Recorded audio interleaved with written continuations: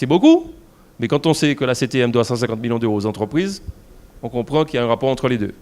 Et donc notre travail à nous, c'est de faire cette corrélation entre les deux pour demander la remise des attestations de vigilance pour que les entreprises soient en mesure de travailler à nouveau, qu'elles puissent remporter des marchés, payer leurs dettes et continuer à fonctionner, à créer de l'emploi.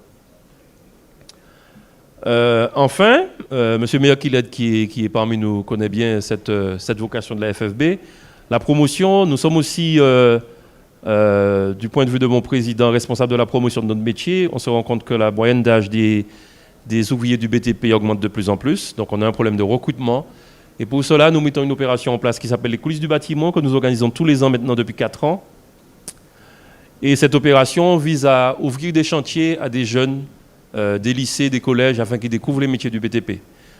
Beaucoup ne choisissent pas cette voie-là parce qu'ils ont une image faussée de métier de labeur qui est mal payé, on est mal considéré.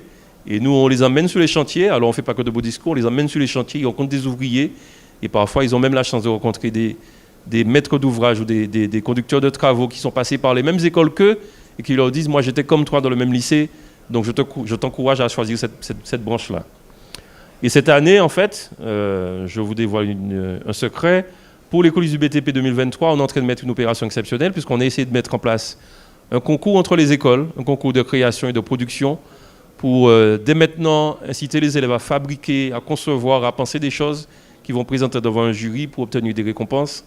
Et on pense que ça contribue à notre métier, comme dit mon président, sexy. Ensuite, donc je vais vous parler des succès. Donc l'avance de 30%, on l'a eu. Les retards de paiement, c'est réglé. On a obtenu l'arrêt des poursuites et des ATD, même si ça a été un peu plus difficile que le reste. Et en ce moment, nous sommes en train de mettre en place les premières sessions de CCSF, qui sont les anciennes co-chefs, en fait. C'est la commission des chefs des finances, la commission des chefs de service des finances, qui en fait permet d'étaler les dettes sur 48 mois. Donc les entreprises membres de la FFB, enfin les entreprises du BTP en général, mais nous avons une écoute particulière à la FFB, peuvent bénéficier d'un moratoire de 48 mois sur leurs dettes sociales, fiscales, qu'elles soient patronales ou sociales, pour ce qui concerne les dettes sociales. Alors maintenant on va parler amiante spécifiquement. Alors la FFB a mis en place ce qu'elle appelle un groupement national amiante, ça s'appelle le GNA FFB.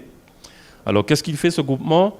En fait, c'est un groupe de travail qui est mis en place par la FFB, mais qui travaille surtout avec tous les corps de métiers qui sont présents à la FFB, qui sont concernés par l'amiante.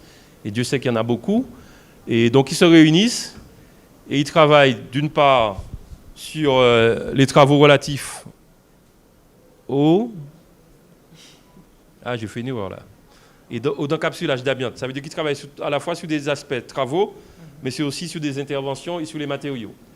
Donc ce groupe de travail de la FFB France travaille en permanence et en relation avec les ministères, avec les organismes qui traitent de la santé, etc., pour trouver des solutions et apporter des innovations. Vous verrez tout à l'heure ce sur quoi ils sont en train de travailler en ce moment. Alors, informer et défendre, parce qu'on sait que les entreprises ont besoin d'être défendues. La problématique de l'amiante est arrivée assez récemment et les chefs d'entreprise sont souvent... confrontés à des problématiques auxquelles ils n'étaient pas préparés au départ. Quand on sait que, par exemple, quand vous employez un salarié sur des problématiques d'amiante, que vous êtes responsable de sa santé sur les 50 ans à venir, c'est des éléments sur lesquels les entreprises ont besoin d'être défendues, d'être écoutées, qu'on écoute les problématiques et qu'on essaie de trouver au plus près des réalités des solutions adaptées. Donc la FFB au niveau national travaille sur ça. D'accord. Alors il travaille aussi... Il participe également aux travaux du programme de recherche-développement, le PRDA, d'accord, et la commission d'évaluation des innovations amiantes. Donc ce sont des organismes avec lesquels la FFB collabore, encore une fois pour trouver des solutions et pour apporter des innovations. Donc on vous encourage à vous rapprocher de nous. N'allez pas jusqu'au national, vous pouvez passer déjà par la FFB Martinique, on peut déjà vous écouter et transmettre vos idées, vos problématiques au national. En général, on a une écoute assez attentive. Pardon. Oui. On a une écoute assez attentive. On n'a pas toutes les réponses localement. Il faut savoir que la FFB, c'est près de 900 collaborateurs, donc notamment un service juridique, un service innovation, un service recherche. Et quand on pose une question, on a une réponse en moyenne en 72 heures. Donc on peut revenir vers vous en vous apportant des réponses à vos problématiques spécifiques. Alors, donc il existe des dispositifs. Alors nous, ce n'est pas un dispositif FFB, mais c'est un dispositif de la sécurité sociale, de l'URSSAF plus précisément, qui existe déjà. Donc on vous en parle parce qu'on a pensé que c'était une information un peu importante, mais si vous voulez, dans les diapos suivantes, vous avez d'une part voilà, le lien où il faut y aller pour faire ces déclarations et pour essayer d'obtenir ces subventions, parce qu'il existe des subventions de la CGSS, notamment pour protéger les salariés. Donc ils financent à la fois du matériel et de l'équipement, sachant que ces subventions aussi sont cumulables avec de la défiscalisation. Donc ce n'est pas négligeable. Donc voilà le site de l'assurance maladie, et vous avez en bas le lien qui vous permet d'aller déposer vos demandes. Voilà. Ma vice-présidente me dit jusqu'à 50%. Jusqu'à 50%. Voilà. Donc aujourd'hui, ce qui est très important, c'est qu'il ne faut pas oublier que le secteur de l'amiante, ce que je pense, c'est qu'aujourd'hui, si on est bien formé, et si aujourd'hui on a, dans un premier temps, on fait une formation SS4, puisque c'est pas tout le monde aujourd'hui qui va désamianter et qui va partir dans un projet comme ça, c'est important que tout chef d'entreprise ou toute entreprise petit, on va dire l'eau secondaire, plombier, maçon, alors pas maçon mais plombier, carreleur, électricien, et ces formations-là. En tout cas, la première formation qui est SS4.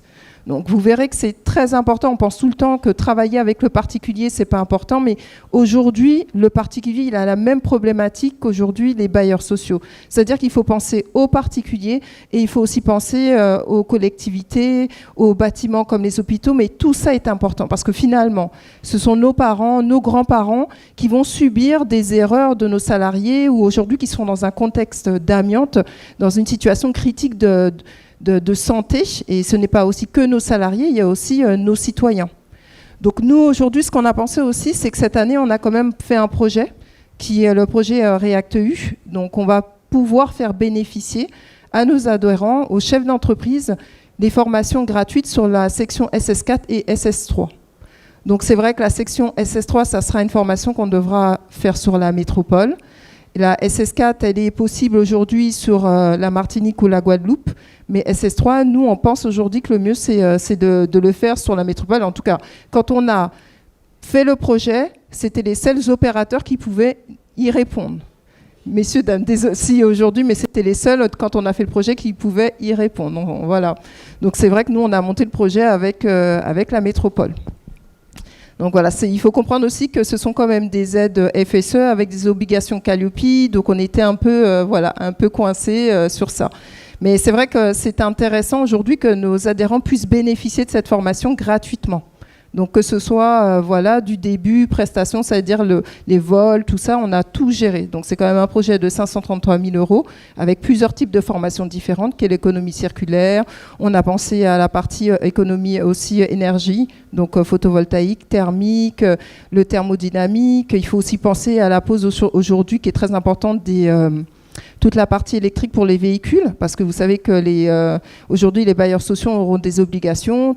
Donc aujourd'hui, on a pensé à tout ça pour que les chefs d'entreprise soient actifs, ça veut dire soit dans Paris. Quand on dit aujourd'hui France 2024 ou quand on dit France 2030, il ne faut pas que l'outre-mer, on soit toujours derrière et qu'aujourd'hui, on ne soit pas acteur innovant, qu'on ne fasse pas partie des pionniers. Je pense que c'est important parce que finalement, on fait beaucoup plus de choses que la nationale. Je vous donne un exemple. Aujourd'hui, on a un niveau beaucoup plus élevé sur la partie photovoltaïque et thermique qu'en national. Donc, c'est vrai qu'il faut, il faut quand même penser qu'aujourd'hui, on peut être des acteurs majeurs. Voilà.